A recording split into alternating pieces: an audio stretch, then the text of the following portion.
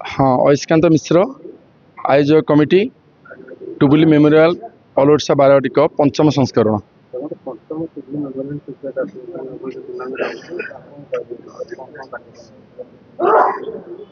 नवेम्बर 30 रविवार दिन all Odisha Tubuli memorial Barabati cup रो उद्घाटन मैच अनुष्ठित हेबो एवं डिसेम्बर 7 से रविवार दिन तार उद्यापन उत्सव अनुष्ठित हेबो। एथिरे 8टी दल अंशग्रहण करुछंती।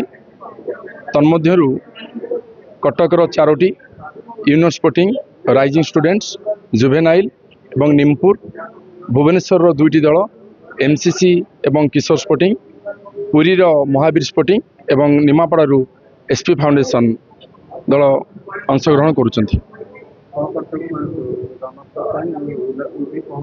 हाँ, विजेता दल को सोमनाथ एंटरप्राइजेस प्रदत्त 50,000 एक टंका सहित ट्रॉफी प्रदान करा जिवो एवं उपविजेता दल को एसपी फाउंडेशन प्रदत्त ट्रॉफी सहित 30,000 एक टंकार पुरस्कार राशि घोषणा करा वर्ष टुबुली मेमोरियल पंचम संस्करण आरंभ हो जाउची।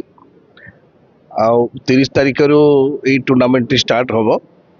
7 तारिख आर उद्यापन उत्सव पालन कर 6 तारिख दिन आम गोटे वेटरान मैच प्रदर्शन मैच व्यवस्था करूँ जो निमापड़ा आ भुवनेश्वर बहु पुरातन खेला जोगदेवे।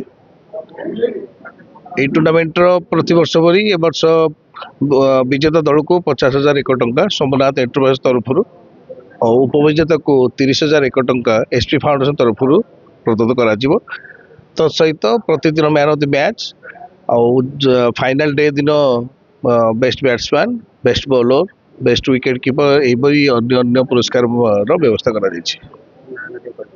मो ना श्वेतपर्ण रायमापात्र, चेयरमैन एसपी फाउंडेशन।